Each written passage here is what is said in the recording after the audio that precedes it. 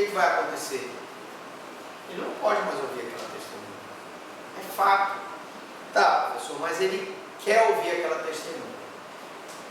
Se o juiz defere motivo de testemunha intempestivamente arrolada, ele está praticando inversão tontuária do processo. Qual é a solução aqui, professor Franco? A solução é o juiz ouvir a testemunha como testemunha do juízo. Não, é que essa testemunha é importante, eu quero ouvi-la como testemunha do juízo. Não tem problema nenhum, ele vai ouvir. Mais exemplos. Letra E. Da decisão que por ocasião do recebimento da ação altera a amplitude do pedido deferido em sede de liminar. Vamos recapitular isso aqui, ó.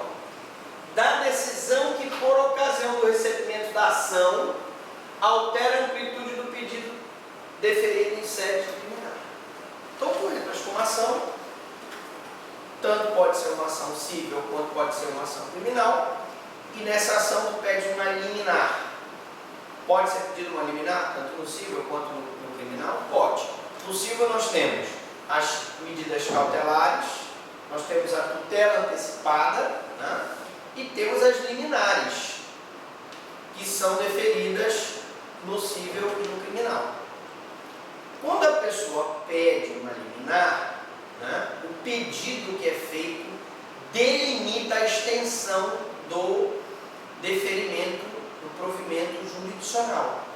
Por exemplo, você pediu no criminal um sequestro de bens do acusado para efeito de ressarcimento futuro da indenização que o acusado deve à vítima, por exemplo. No civil, você pede um sequestro de bens com o objetivo de evitar aquele casal está brigando pela disputa dos bens, né? Então está a mulher e o marido brigando. Qualquer um que ficar de posse dos bens pode destruí-lo para prejudicar o outro. E nesse ponto, se os dois podem destruir um para prejudicar o outro, o que vai acontecer? Eu tenho que sequestrar aqueles bens, colocar no depositário público, senão a briga vai acabar destruindo aqueles bens. Daí porque, nesse ponto, eu tenho um pedido de liminar, tanto no civil quanto no penal. Mas, gente, eu não posso, por exemplo, alterar a amplitude do pedido. Eu mandei, por exemplo, pedir a penhora da casa, do casal. Aí, o juiz determina a penhora da casa, determina a penhora da casa da sogra, determina a penhora da casa do sogro, determina o sequestro do irmão, do cônjuge lá. Não tem nada a ver isso. Então, esse aqui é um abuso de poder. Ainda que a intenção do juiz seja garantir o ressarcimento, não pode sair penhorando e sequestrando ou tornando disponível bens de pessoas que não estão envolvidas na lide. Você gostaria, por exemplo, uma briga, sua irmã está separando do marido dela lá, e aí na briga o juiz manda sequestrar a tua casa. Não tem nada a ver com isso. Imediatamente tu vais entrar com barro de terceiro, porque tua casa se tornou indisponível, tu não pode negociar a tua casa, porque ela está sequestrada, aquele sequestro é levado a um cartório, o bem fica indisponível, e o que tu tens a ver com a briga da tua irmã com o marido dela? Né? Imagina que o juiz manda sequestrar o teu carro. E lá no processo, o marido dela disse, olha, ela passou o carro para a irmã. Eu tive um caso em que um funcionário público devia Deus e o mundo. Deus, o diabo e o mundo todo. Então, para ele não ter os bens penhorados, ele colocava realmente, colocou no nome da irmã. Aí tudo bem, mas tu tens que provar. Mas se tu és de boa fé, como é que tu vais admitir essa questão? Então não tem como. Então o pedido que altera a amplitude.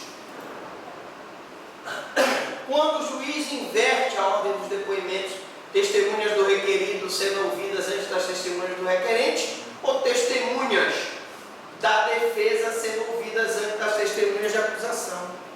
É o exemplo mais clássico da inversão tumultuária do processo, a inversão da ordem dos depoimentos. Isso prejudica o contraditório, prejudica a ampla defesa, você fica prejudicado na sua defesa. De indeferimento de pedido de instauração de silêncio mental do requerido, vimos no início, que se a pessoa apresenta problemas mentais, e se a defensoria pede, ou se o Ministério Público pede, o juiz tem que deferir, porque não é justo que aquela pessoa vá ser sancionada quando ela deveria ser submetida a uma medida de segurança. Do indeferimento do pedido de extinção do processo sem julgamento do mérito por perda de objeto. Vamos lá.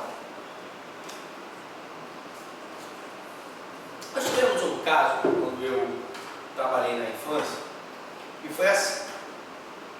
Duas meninas,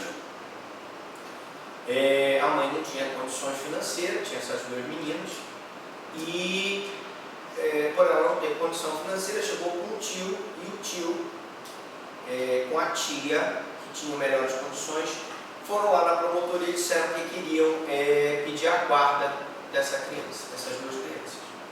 E aí fizemos um estudo social, eles tinham condições financeiras, então entramos com a ação de guarda, o juiz deferiu liminarmente a guarda. Só que essas meninas elas pintavam o sete, não obedeciam, queriam namorar, queriam sair, e o tio e a tia já eram pessoas já de uma certa idade e não tinham mais aquele fôlego para ficar correndo atrás delas. Bom, moral da história, o tio e a tia chegou lá, aí já não era mais promotor, chegou com a outra promotora, disse: olha, doutora, eu quero desistir desse pedido de guarda. Ora, na hora em que o tio e a tia desistem do pedido de guarda, e a mãe também não tem condição, a criança tem que voltar para o abrigo, não é isso? Não tem com quem ficar. E desse pedido de extinção do processo sem julgamento do mérito por perda do objeto, perde o objeto aquela ação de guarda. Se o tio e a tia, que eram os guardiões, não querem mais a guarda daquelas crianças, a ação perde o objeto. Então o juiz não tem nada que indeferir o pedido de extinção do processo por perda do objeto. Ele tem que deferir a extinção do processo e encaminhar as crianças para o abrigo.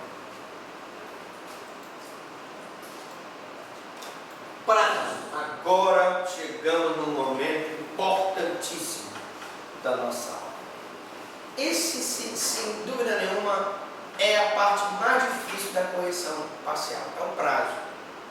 E por quê, gente? Tudo porque, como a correção parcial tem aplicação no processo penal e no processo civil, é que isso aí dá justamente a confusão. Qual é a confusão? Se vocês pegarem o livro do Alexandre Câmara, o prazo para a interposição da correção parcial, lá no livro dele, é de 5 dias do despacho do ato doutrinário, sendo que não se suspende pelo pedido de reconsideração. Você entrou com o pedido de reconsideração daquela decisão, o juiz indeferiu a tua reconsideração, o pedido tem que ser feito do despacho que causou aquela inversão tumultuária do processo. E, segundo Alexandre Câmara, teria que ser no prazo de 5 dias.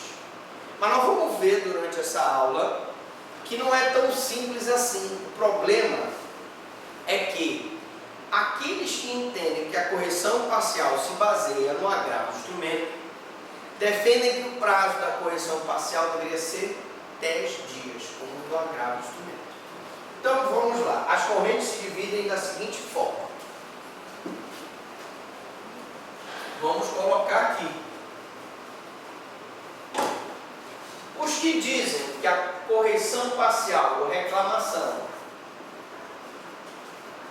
se baseia no agravo do instrumento,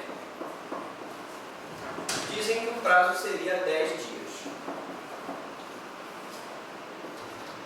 Os que dizem que a reclamação se baseia no recurso stricto iuris, recurso sentido estrito, dizem que tem que ser em 5 dias. Então está feita aqui a confusão. Está feita aqui a confusão. Então, gente, segundo Alexandre Câmara, o prazo para a interposição da correção parcial é 5 dias. Se você entrar com pedido de reconsideração, o pedido de reconsideração não suspende esse prazo.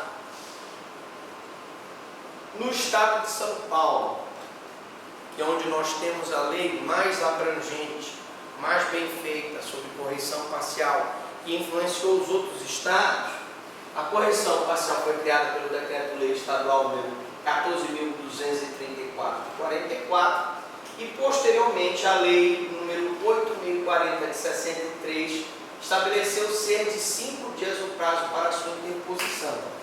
Então veja, no Decreto-Lei que criou a correção parcial, realmente previa-se o prazo de 5 dias.